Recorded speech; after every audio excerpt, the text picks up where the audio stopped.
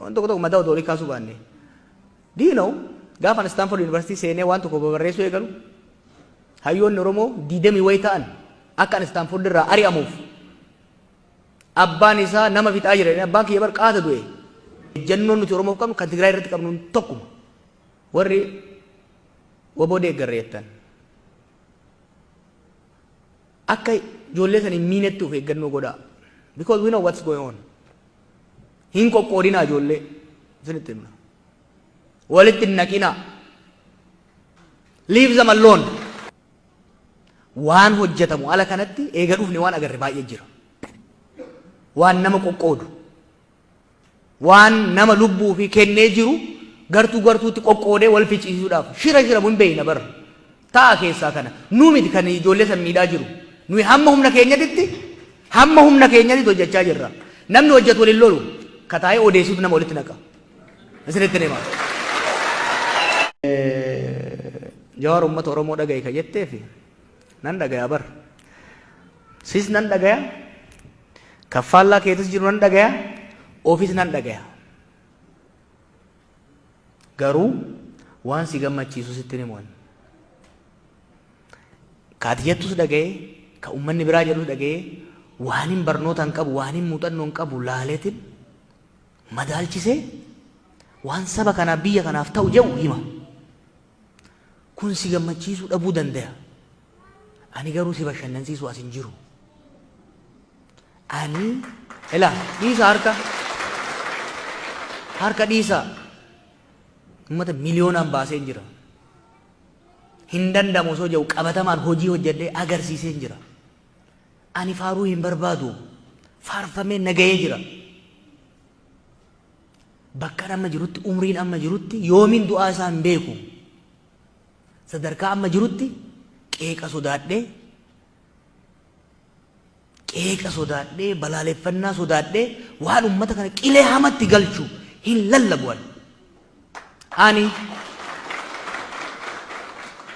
waa meeqsiis dabreera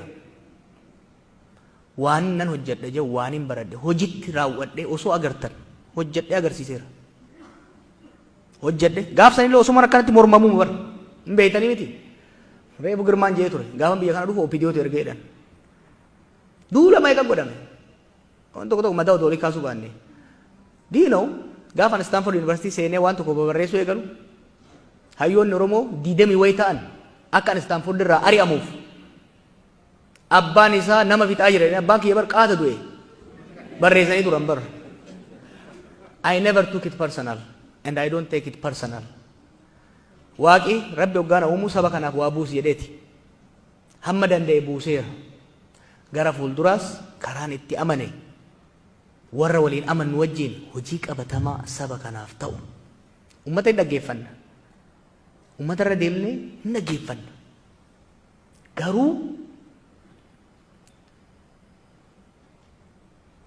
waan popular ta'e qofa I was a populist I've done it bar I know how to do it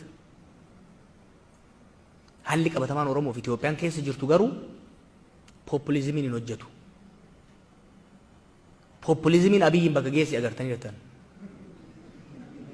I will tell you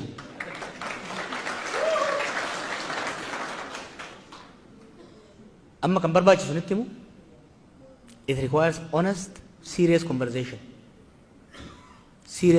san immoo godhaa jirra waan akkanatti televiziyoon osoo hin ta'in qubatti hayyoota keenya wajjin manguddoota keenya wajjin biyyattis godhaa jirra ammallee hin goona haala qabatamaa jirru keessa jiru laallee biyya ceessuudhaaf kan itti deemu ta'a jechuudha waa'ee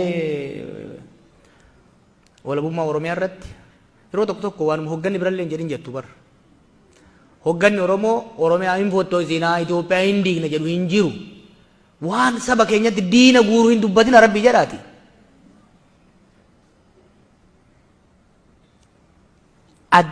even the farthest left qabsoo Oromoo keessatti ummanni Oromoo hiree isaa ofiin akka murteeffannu aangeessina jedha malee hin diignaa hin fottoksinaa this is negatives nuyi garuu akka kaafaa'utti paartiidha nu gaafan aktivistii ture humna gama maraa jiru qabadhee deemu waan hin qabuuf veek ture ejjennoon kiyya. Garuu hoggaan paartii seenu ejjennoo clear ta'ee paartii qabuttan seene. Nuyi Itoophiyaa tokko taate ta federaalawaa taate sabni Oromoo fi saboonni biroo ittiin uf bulchan biyyammoo waliin bulchan jaaruu barbaanna.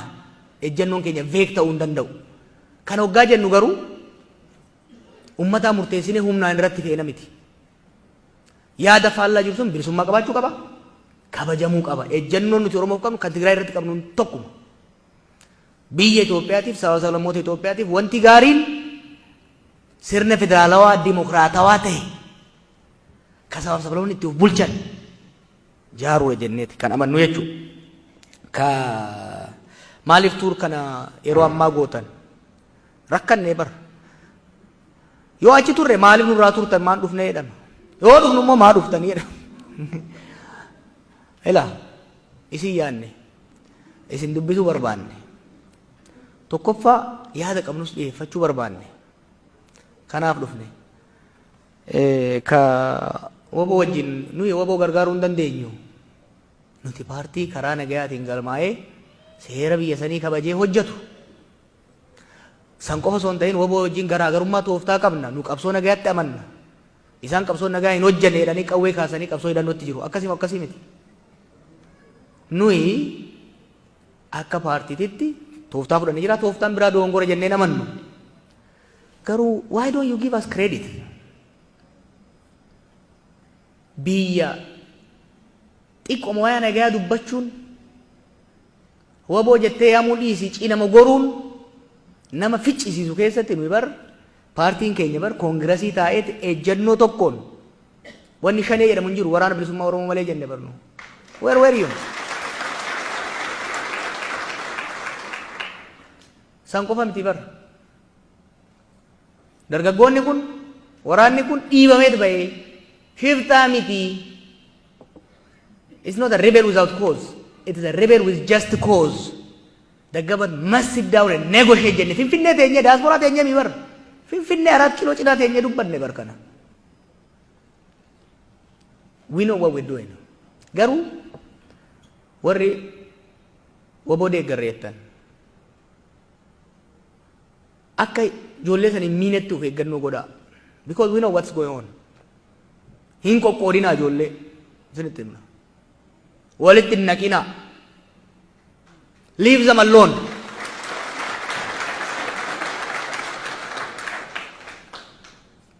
Do I have to say the details? No. Waan hojjetamu ala kanatti eega dhufne waan agarre baay'ee jira. Waan nama qoqqoodu. Waan nama lubbuu fi kennee jiru gartuutti qoqqoodee wal ficcisiisuudhaaf shira mun beeyna bar. Ta'a keessaa kana. Nu miti kan ijoollee san miidhaa jiru. Nuyi hamma humna keenyatti hojjechaa jirra. Namni hojjetu waliin lolu kataa'ee odeessiif nama walitti naqa. Isinitti himaa.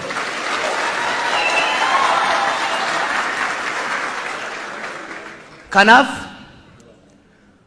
how about you put your money where your mouth is? Put it there. Action speaks louder than words. Okay? Whatever you do, don't be destructive force. Whatever you do, don't be destructive force. Nuyi karaa itti amannee jira. Yoo dandeessan gargaara. Yoo dandeenye karaa hin taa'ettan san gargaara. Garuu negative energy ila nuyi ummata keenya keessa jirra. Ummata keenyatti gad deebina. Waan hojjannu waan dubbannu hin beeyna. Wanni guddaan diaspora irraa barbaannu maal akka ta'e isinitti himu? It's not your dollar. No. We want the dollar, but it's not the most important. The most important is toxic energy nutti hin ergina. Ummata ajjeefamaa jiru, hidhamaa jiru, beelli rakkisaa jiru, waan uffatu hin qabne, bakka bulu hin qabne. Summii itti gadi hin facaasinaa. Summii itti hin facaasinaa.